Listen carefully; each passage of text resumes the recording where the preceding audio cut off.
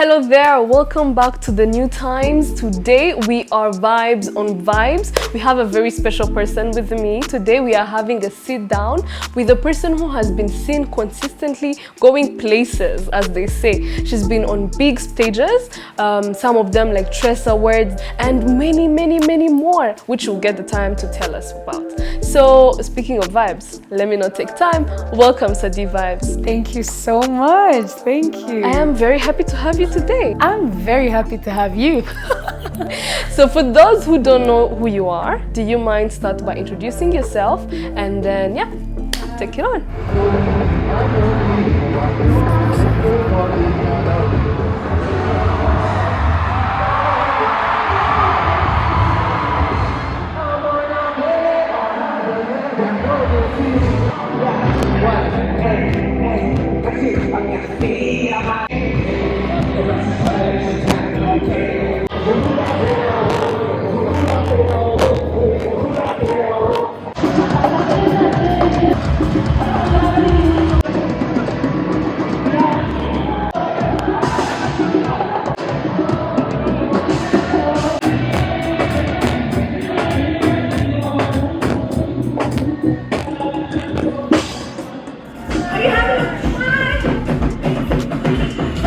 So my actual names are Wasser Gagasana Saidat, but my stage names are Saddie Vibes, and I'm a dance instructor and choreographer, and I've been dancing for about 5 years professionally, and I think that's it. Before I start firing questions at you, because I'm very curious about your personality, do you mind take us through how the name Saddie Vibes came by? Because your actual names, as you said, there is no Saddie. There is no Saddie. So... actually, Saddie was from Saidat. It was more of like, I kept having a lot of people calling my name, but in a wrong way. I mean, it's an Arabic name, so I never expected anybody to pronounce it perfectly, but then again, I feel like it's not that hard, but to some people it's hard. So I was like, what could I call myself? You know, that would be like, what would be the shortcut that would be easier for everybody? But then I would be like, Saida, Saidi, Sado. I'm like, okay, that doesn't sound good. And I just randomly fell on Saddie. I'm like, sounds good. And then you went with it. I went with it. But Vibes, on the other hand, it's something that I was called that I got actually this year. When I got back in Rwanda, I kept like having a lot of people like that I met telling me how much they like my vibes. And this one time we were sitting at Chomad with some friends, and we were having fun, and I was the only one dancing and trying to get everybody to dance and get in the mood. And then one of my friends was like, but this girl, she's vibes, like she's actually vibes, you know. And then she started like actually telling me that that's my name, that like that's my middle name, like by joking, because she was like she felt like I had really good vibes. And then I was like, that actually would sound really good, because I actually do think I actually also have good vibes. So I'm like, let's go with Vibes. So that's how it came. Yeah, that's how it came. You mentioned you were coming back to Rwanda.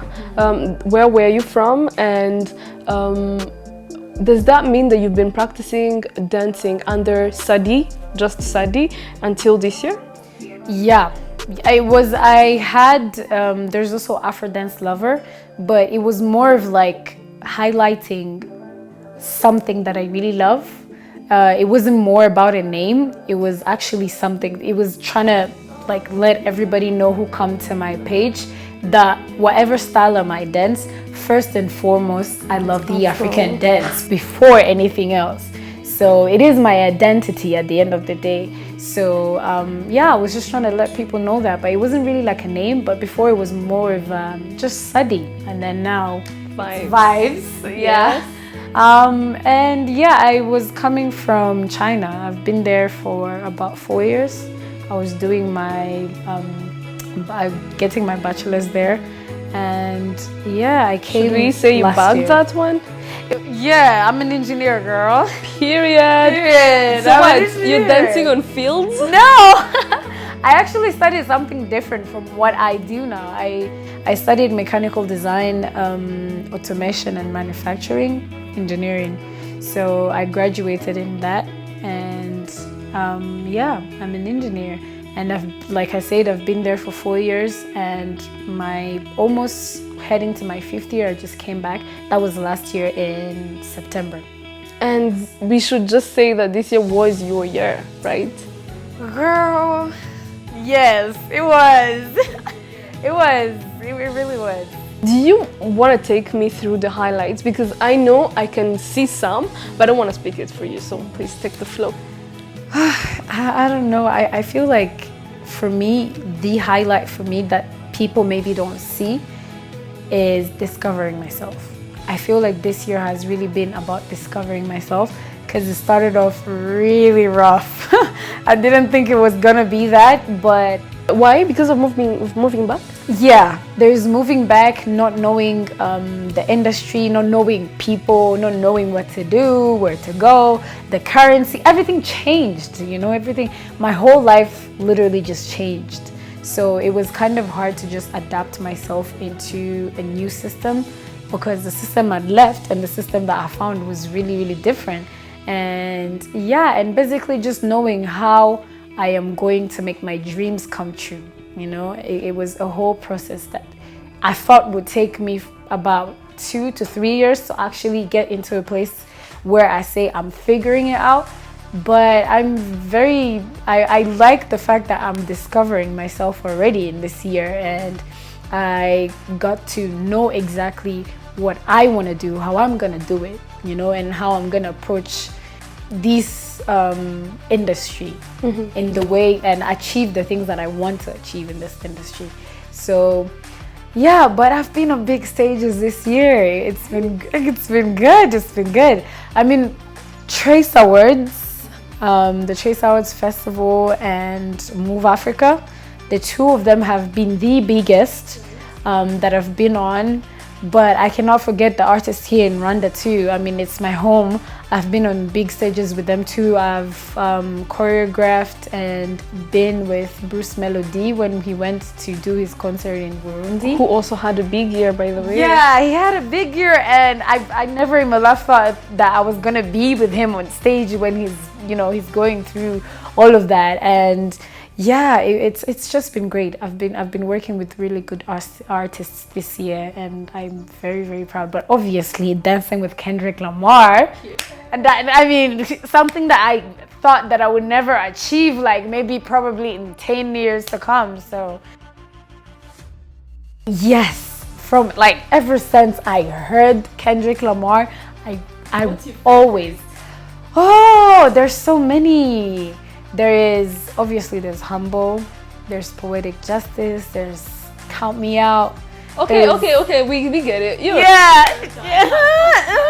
There's so many that I love so many of his songs, honestly. He just speaks to me, and I feel like he speaks for Black people in general, and I love that about him. So it was good. It was a good experience, and especially meeting him, because he's a very down-to-earth person.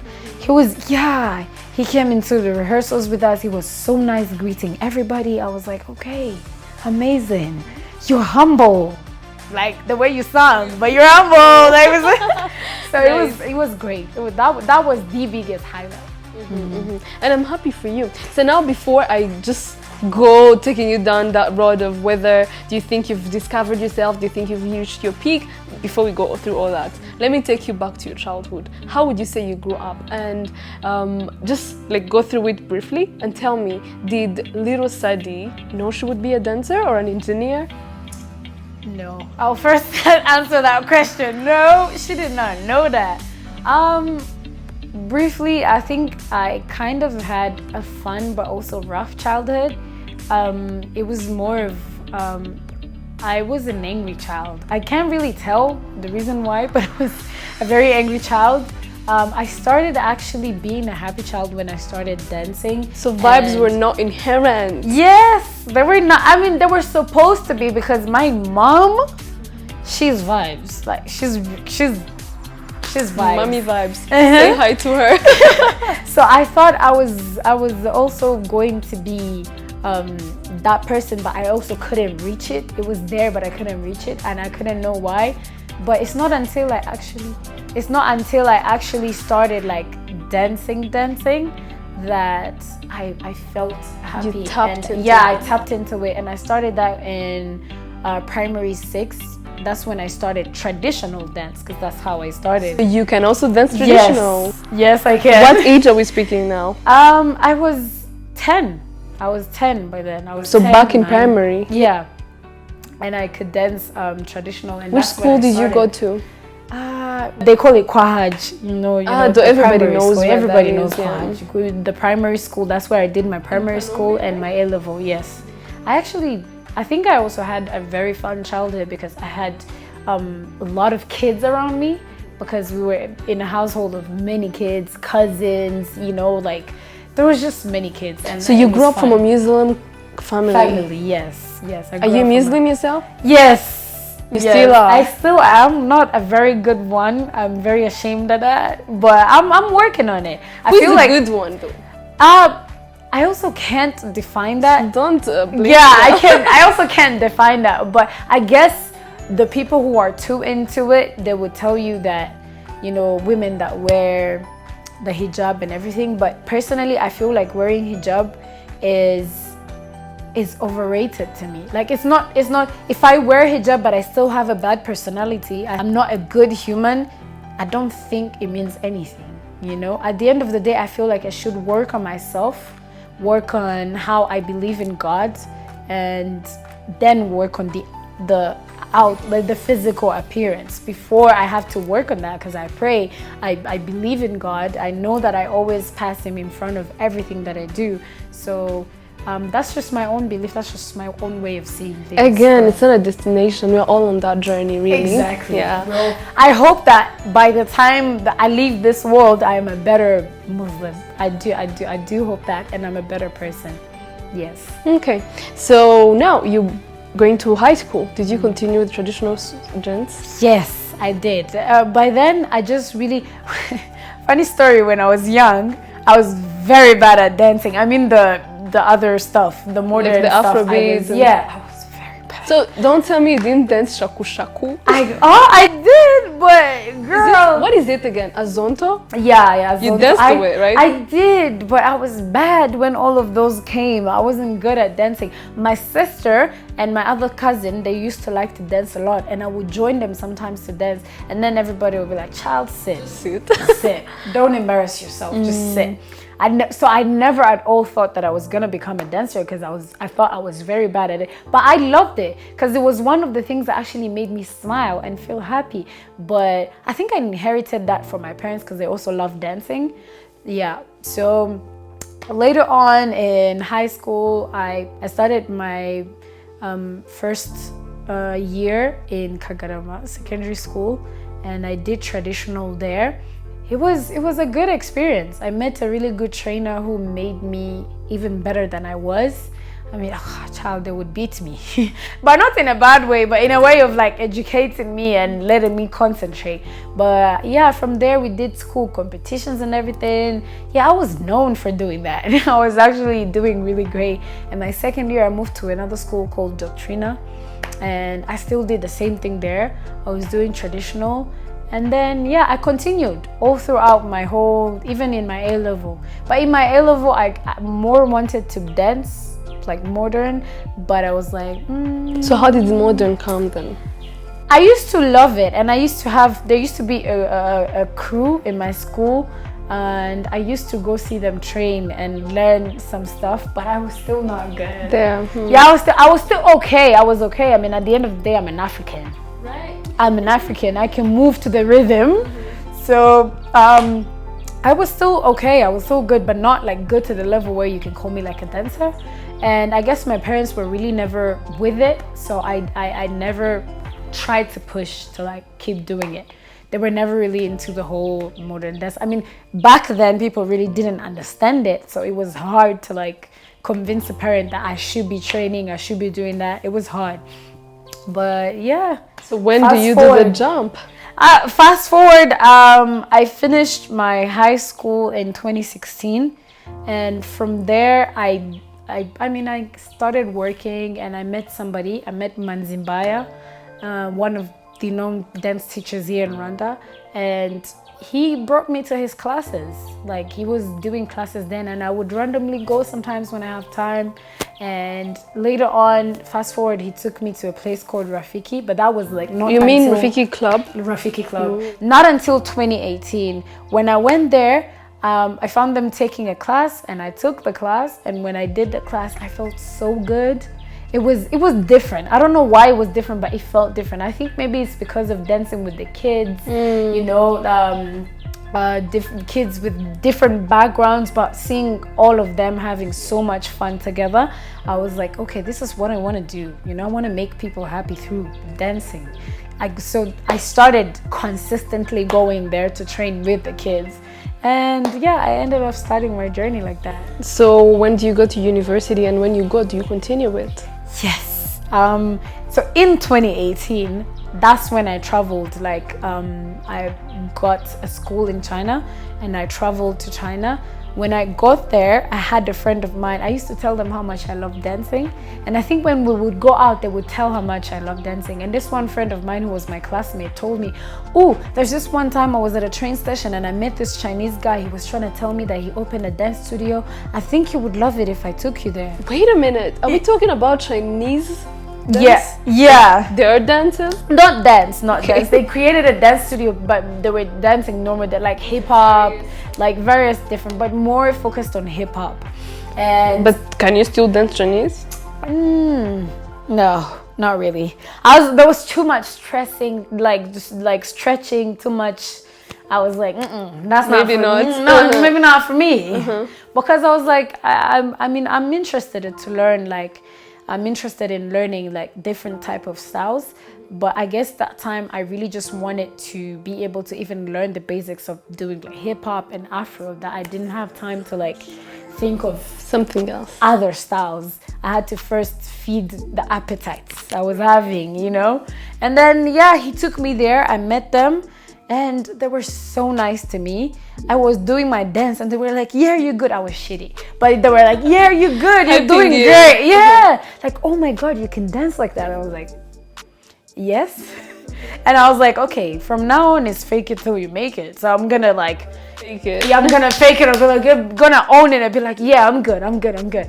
But yeah, it was more of like they were trying to support me. And then later on, this woman tells me that I have hip hop dance classes every Saturday. If you would want to come, I would love for you to join my class free of charge. And I was like, that's really, really nice. And I was like, this person values the appetite that I have. They're giving me this opportunity for free. I'm gonna do anything and everything to make sure that I show them that I'm dedicated. And I started going there every Saturday to take classes, but I also started going there every free time that I had. Every free time that I had, I started going there, training and repeating the things I was taught, until like after like a couple of months, I saw a huge change. And I'm like, okay, so Are you saying that dancing doesn't have to be an inherent talent, that it can be a skill? Definitely saying that. So you're telling me not to lose hope. Don't lose hope. Although, let me tell you one thing. I think being there and having taught Chinese students, because fast forward after that, I ended up becoming a teacher, teaching them Afro dance, the African culture, because they didn't know that, but they knew maybe hip hop and other styles, but they really, really didn't know Afro. But I ended up teaching the little that I knew to them. And teaching them, I noticed that actually the birth of dance is in Africa. It came from Black people. You understand? This is where music came from. It's something that we inherit in our blood. We have rhythm, we have feeling. Every time that you teach an African person how to dance and you teach another person another race how to dance, let me just say a Black person, because like I said, it's a Black people type of thing. And I am sorry for people, but I mean, it's a gift that we were given by God. We have art in our blood. And it's like whenever you teach an African person how to dance, it's different than teaching like another race how to dance, because we adapt to it fast and quickly, and we have rhythm. It's just in our blood. So I can tell you that you have so much advantage over anybody else. Okay. The fact that you're black already just gives you an advantage. That's what you said. I'm a dance teacher, trust me. Yes. So where do you give your classes? So ever since I got here, I haven't really had consistent classes, because there's also that thing of trying to learn the market, getting the industry. It's not something that you can just arrive and then just start doing. You have to know how you're gonna set it up. It's like a business at the end of the day, because you have to know how to set it up, what time, which place. It's going to be really, really different. So at the end of the day, it's just gonna be different. So speaking of that, what do you think made people know you so much this year? I think I think I made that happen, but also obviously I'm not gonna say that I didn't have help from other people. But what I meant by saying that I meant that happen is that I really wanted to put myself out there as much as I can.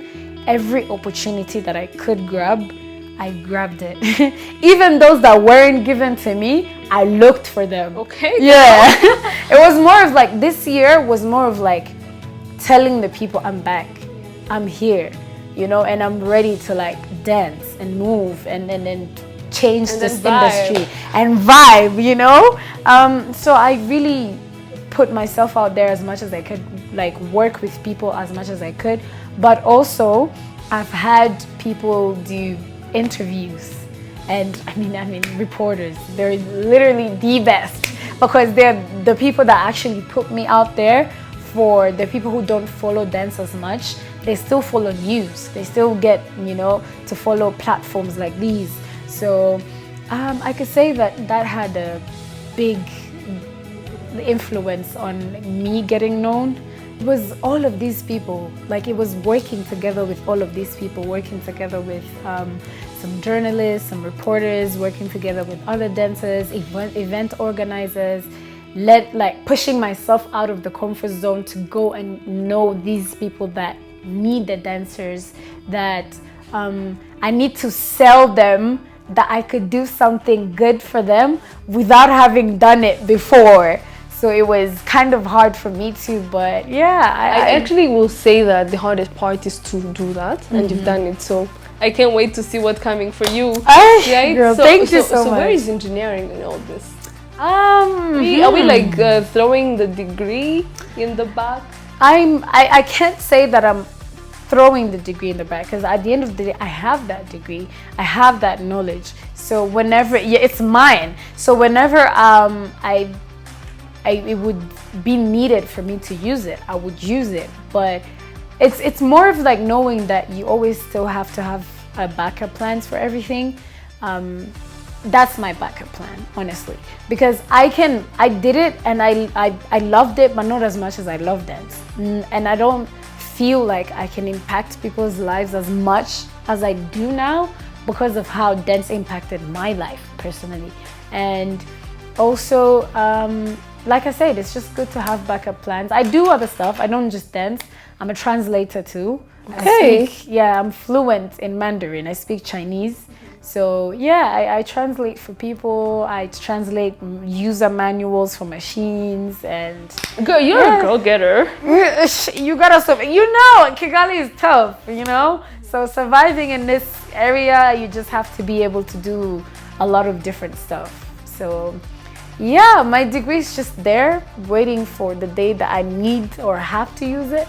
But yeah, if I get some gigs where I need to use it, then I'll definitely do that. Yeah. So I think all this was good for you, but there is definitely been challenges as well. So which ones were the major for you, and how do you overcome them? Overall, just being a woman in this industry is hard.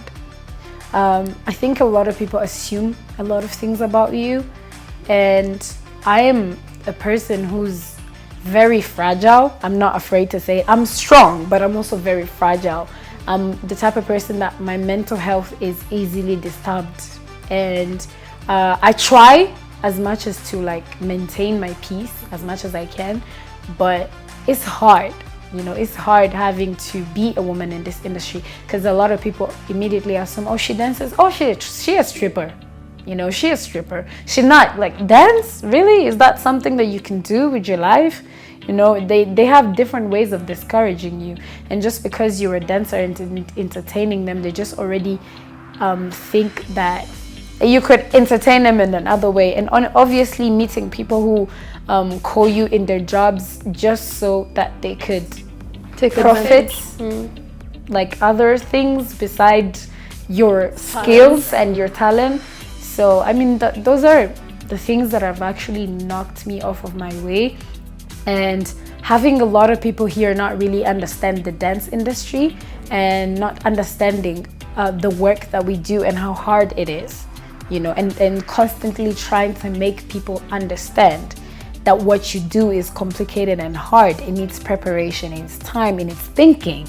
So that's the one thing that people actually don't know. They don't think that dancing needs thinking. You need to think. As a choreographer, someone who plans how a stage is going to be looking like, I need time to prepare and sit for that. And money. There are money. And yes, of course. There is money in this industry? Yes, okay. There is. I genuinely feel like there's money in any industry.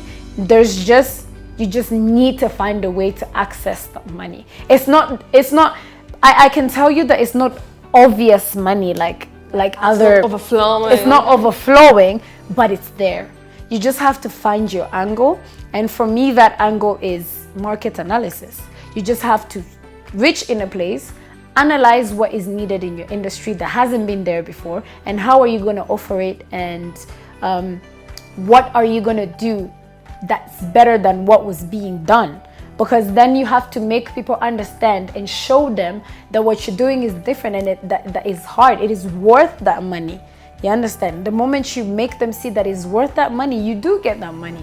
So it's there. I mean, especially Rwanda becoming a destination for entertainment in the world.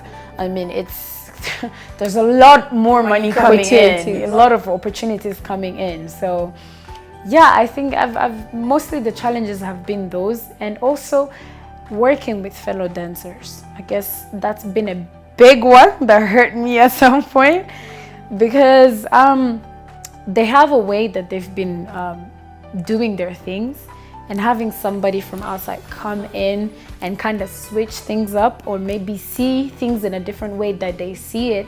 I'm not gonna lie and say that it was smooth. It was smooth, but it's hard. But it's I think it's a Rwandan thing. Like being a Rwandan, it's hard to adapt to change. Disruption. You get we it? do not like it. So what you were doing before and just switching it up and doing it in another way, or having another approach, you're not often like understood the way you would want to be understood.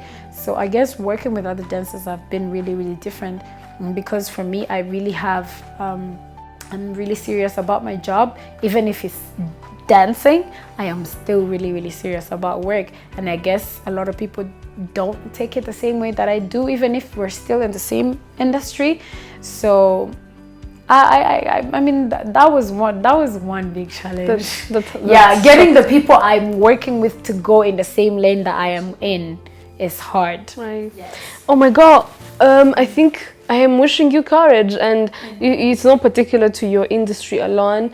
I will be curious to know then, how do you like overcome those? Also, speaking of mental health, how do you personally make sure that yours is guarded and taken care of? And what would you say is like the status of mental health among dancers in the country and girls, right?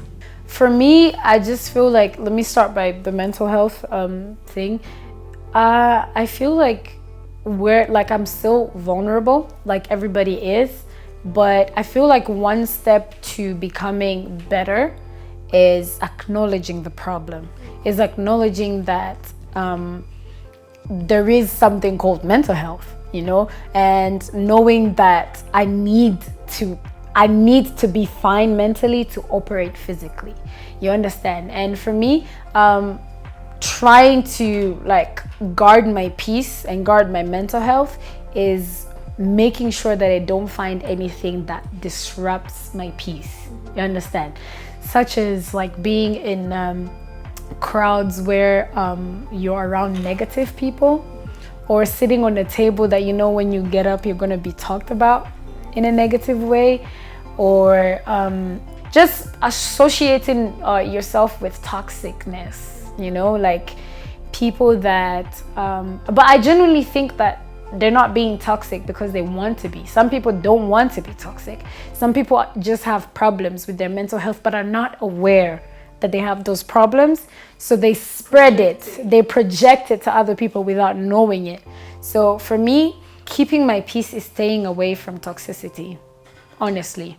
Like having people that are negative. I associate myself with people that are positive literally all the time. That's the one thing. I want good vibes. Okay. Everything and everywhere I go. Like I'm the type of person that I know where I want to get, and I want to sit with the people that want to get to the area that I want to get to. You get what I'm trying to say? Like I want people who work hard, who inspire me to work hard, who just uplift me and make me understand that it's okay if I make mistakes, but how do I get up, or how do I fix mistakes from that, you know? So yeah, that's just basically me, my personal view. And when it comes to dancers here, some of them are aware that, you know, they need to work on their mental health. They are very like strong on it, and others are not. Most of them are not. I think for me it's because I came I came to become a dancer to also kind of work on my mental health, because it helps me relax and I feel so much better and I breathe. It's also a way to express myself without actually having to use words, expressing myself using my body, and in the process making other people happy. And I guess other people maybe came in it with different reasons, and I guess it's hard if you came into dance with a different reason than I did. It's hard to understand where you're coming from. Yeah, where I'm coming from, and also understanding how mental health is crucial to what you're doing, you know. And I see a lot of them. Like, struggling with some things that are very easy, not easy, but it's like the easiest way out. In the easiest way out, but they can't figure it out sometimes, or they can't see it. And also not knowing, I feel like not being able to see how to overcome a certain challenge in an industry that you're in is also a problem of the mental health. That's the way I see it, because I feel like if your mind is working properly, you're healthy, you have enough time to sit and actually act on it. As long as something bothers you, it's you to act on it. But as long as you don't want to act on it, I feel like there's something that's triggering the fact that you don't want to act on it, or just being negative in general, just feeling like you're never going to make it, you're never going to do this, I feel that too. But again, how do you come back from that? You know, it's having that mental strength, you understand, to believe that every effort that you put is something. You get it? Even though it doesn't pay off now, but understanding that every effort that you've put, it will give something, even if you're not seeing it physically, if you're not seeing it then and there, but there's still something that's gonna bring. And I think that comes with mental health too. Speaking of the assumptions that are in the industry, do you think it is true that dancers are more prone to substance abuse? Or it's a I don't think it far-fetched is. assumption? Maybe before I didn't think it is, but now it's different. You know, I see a lot of dancers and even artists that don't drink even alcohol. They don't take any substance at all. And sometimes I'm really surprised. I'm like, okay. I mean, I expect that when I meet somebody who doesn't drink, they're gonna tell me maybe they're Muslim or but sometimes they're like, I just don't like it. I don't want to do it. I'm like, oh, so there are people who are like this. Because before, when I left, it was different. But I also understand why they were prone to do it. It was not because the industry we're in takes you into that. No, it is the struggling of the industry. You understand? So trying to do something that you love and have it give you money, the ability to survive in this world, and to sustain you, and you want to stake in it, but it's not giving as much as you want it to give. You understand? And that just throws you into a dark place. You understand? Because then it tells you, oh, I'm gonna have to do something different that I don't normally do, that I don't want to do, that I don't love to do. And then it just takes you into a dark place that maybe you feel like it's better to escape by using those drugs. Most of the generation uses the drugs as a way to escape something in general. So I just feel like if people really wanted to help, instead of judging the people that are in the industry, they should find ways to make our industry comfortable for us. How would you want to, how does that look like for you? What is comfortable? Being paid really good, more investors, more opportunities, more, but you can have an opportunity but have it still not pay good. Right. You understand? But at the end of the day, you still have a lot to do. You still have bills to pay. Because living in Kigali, everything gets expensive with the day, but the income doesn't become more. It doesn't increase. So that alone could trigger you. You understand? So being in an industry that within art is considered mostly almost as the lowest, one that, I mean, when it comes to income, it's kind of devastating. Discouraging. And discouraging, and it requires someone who's mentally strong and by heart they're really strong to stay and stick in it. You understand? And I think that if we had people that would actually see the value in what we do and actually really understand that we do need that money and pay us enough money to actually survive, enough money that you would pay to somebody who've put all of their effort to entertain you. You understand? Because everything is needed in this world. Everything is important in this world. Dance is important. You know, if it's something that you sit, if you're working all day, you're stressed, and you sit, you look at a video, you're happy after seeing that video. You don't think that person deserves something. You know, like they deserve something. They put so much work into just that 20-second video that you're gonna look at and be like, "Whoo, that was good," and you laugh, you smile, you're like, "This was good to see." You know? Okay, Saddie. I see how much you get passionate when I talk about dance. So let's go back to the light things, right? How would you describe your dance style and what influences your choices when it comes to dancing? And yeah, you can answer that first. So my dance style, I would say that is a fusion. It is a fusion of different cultures, honestly, because for me, it's like my dance journey just started. I've only danced professionally for 4 years, 4 to 5, almost to 5. So I haven't really had enough knowledge from all the styles that I would love to, but I've gotten basics from many styles. So that just gives me the ability to fuse it and let it birth something that I don't know, but that looks good. So I can't really have an exact name for the style that I do, but I call it a fusion. It's a fusion. It's a fusion. Yes. So can you take us through like your creative process when you're choreographing? So for me, I first listen to the song. I love being able to portray the message through the dance. And I don't just want to dance because it comes to my head. I just want to be able for the people to look at it and understand the message, but also see this beautiful body movement. You understand that probably they are able or they're not able to do, but see it turned into a way that is very interesting. They'll be like, how does that person do that? How is she doing that? How is, you know, those type of things. And also being able to highlight parts of the music that people didn't really pay attention to. That is my favorite. Like trying to listen to what is within the music, because mostly people, when they understand, you understand the main beat, but there's a lot of things, a lot more when you pay attention. There's a lot more to the music, but sometimes you can make that person understand to that part of the music by dancing that part of the music. But if you didn't dance it, they'll probably not even see it. You get it? So that is the things that I focus on most. storytelling and dancing to the parts that are not really highlighted as much. Well, I think you're naturally disruptive. Tell me. Thank you, though. In this digital age, right, especially in the industry, you cannot afford not to use social media. What's your most used and favorite social media? And why? Because Use all of them.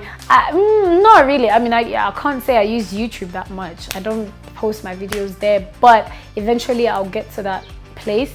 But I think I use Instagram a lot. I use Instagram and Snapchat a lot. Snapchat more to communicate. It's easier for me to communicate there. I don't know why, but it is. But Instagram, because I feel like that's where all the dancers, even not just the dancers, everybody that just does something, that's where they put it. It's like Instagram has become our CVs or our resumes. That's where we put what we do. It's like our portfolios. Yeah. So if I want to see dancers, how they're able to dance, what I can learn, even teaching, there's a lot of things that I can learn through Instagram. So that's kind of the one that I really love to use. And speaking of Instagram, then that means you have like a pretty big following there. It's okay. It's okay. I think it's okay. At least it's an ambition. Yeah, right? we're heading to about 55,000 followers. So yeah. I feel offended. Did you just say it's okay? For a dancer, it's A whole influencer now. Yeah.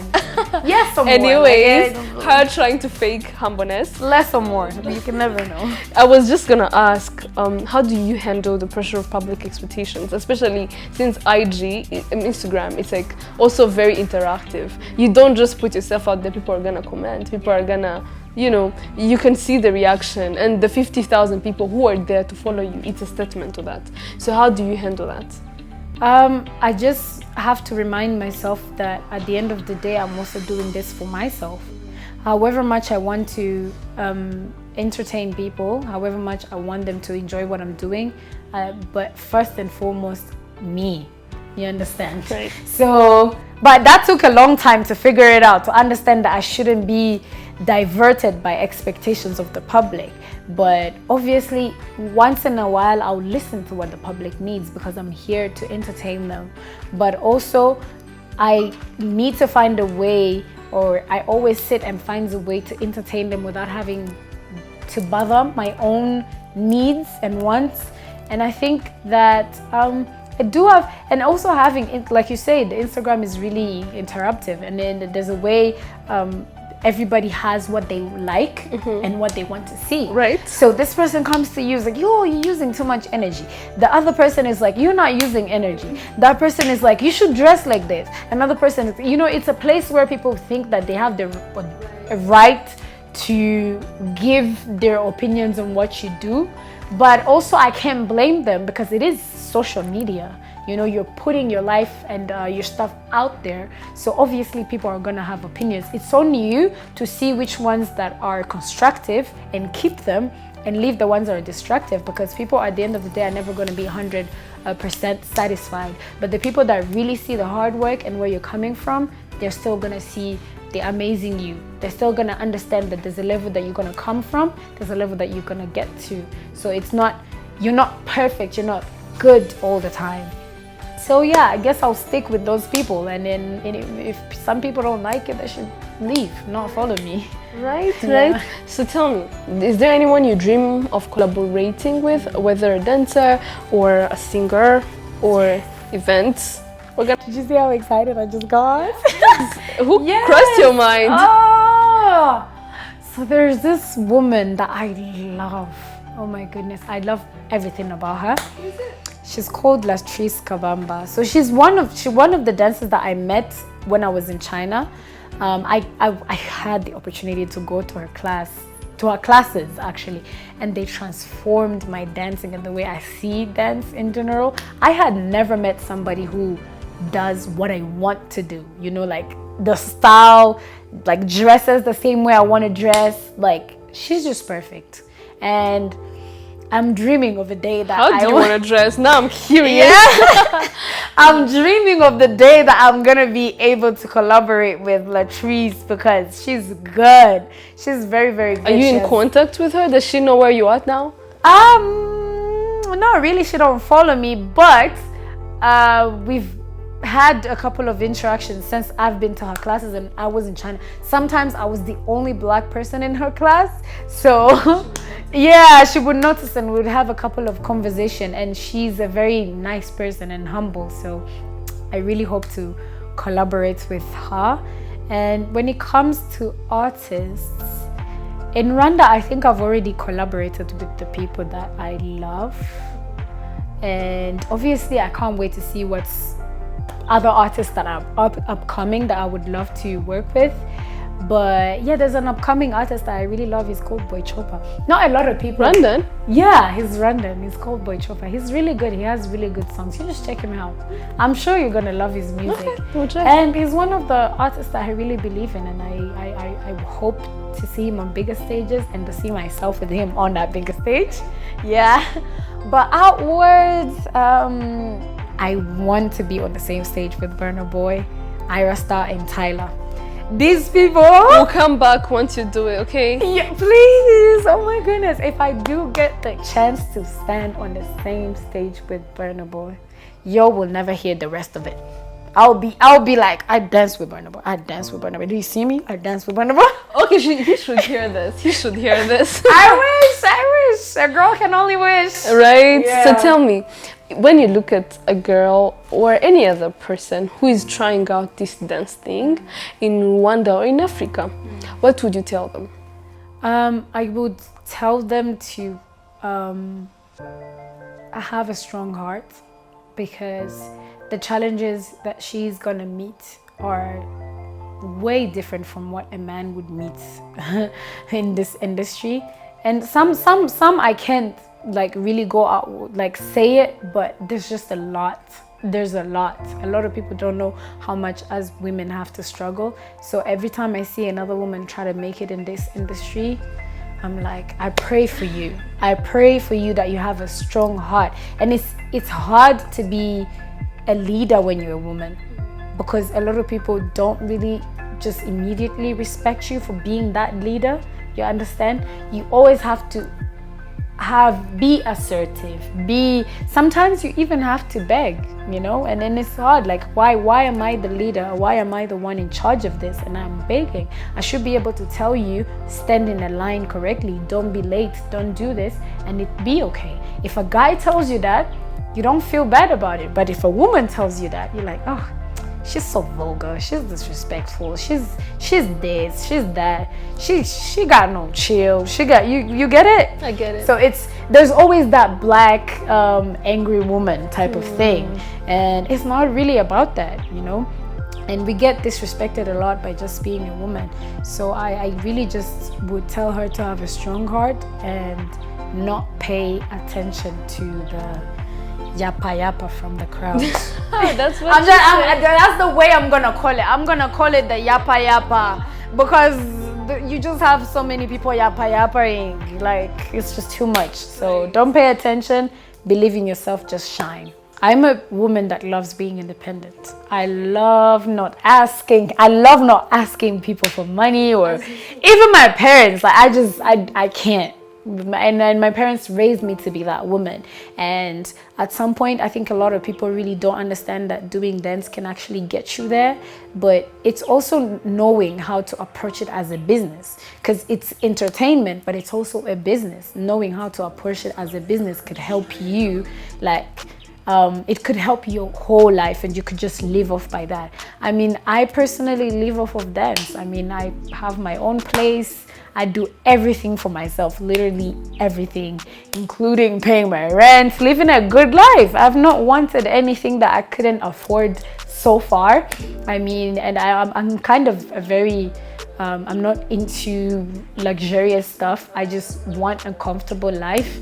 And I'm happy with where I am with my finances. All I can tell you is that I've really made good money this year through dancing, and the fact that I know I've had a lot of experiences now, so I just can't wait to see what I'm gonna get more and how I can use what I've got to inspire more women. We love women who win, so go for it. Thank you so much. Thank you.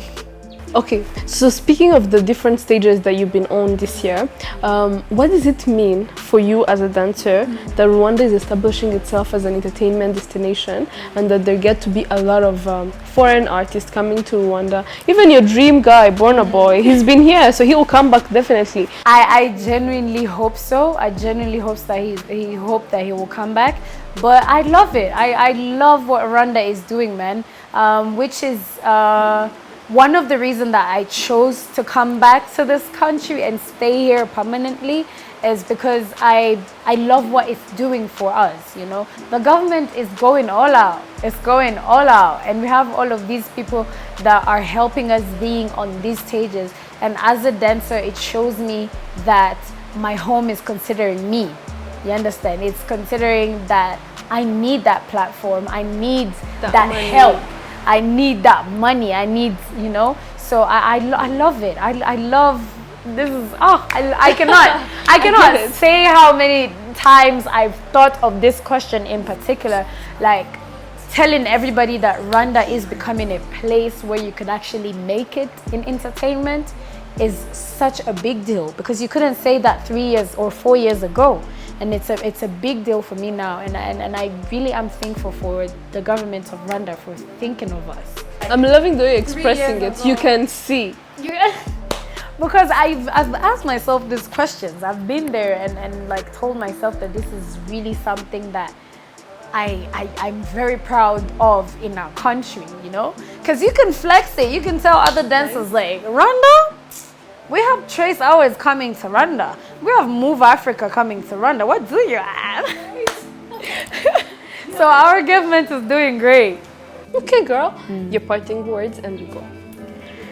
I would love for more dancers out there to work with each other. And I would love for event organizers and people who mostly hire dancers to understand that we are worth more than they think we are. And we work so hard to be who we are. Sometimes we physically injure ourselves in a way of we want to entertain and make everybody happy. So I wish that people would give us more credit, you know. And talking about credit, creating some stuff for people and they still not give you credit for doing that. It's like I've had things whereby you create some stuff and people, because they paid you, they don't feel the need to give you the credit. But it's important. It's important that that person who's gonna hire me next sees that you've given me that credit, because then they know I did that. But sometimes you have all of these dances that you do on TikTok, you don't even know who they came from. Isn't it sad? But you're never gonna listen to music and not know who's the artist. You understand? So I wish that people would give us more credit for what we do, because we work so hard. And I just want to say thank you to everybody who's helped me out in this career so far, in this year, because it's been so far the best I've had. And I'm very grateful for each and every one of you. And for anybody who's watching this who wants to become a dancer, especially women. In Chinese, they say jayo. It means like encouraging a person. So let's go. Let's hope for a better year next year. Yes, thank you.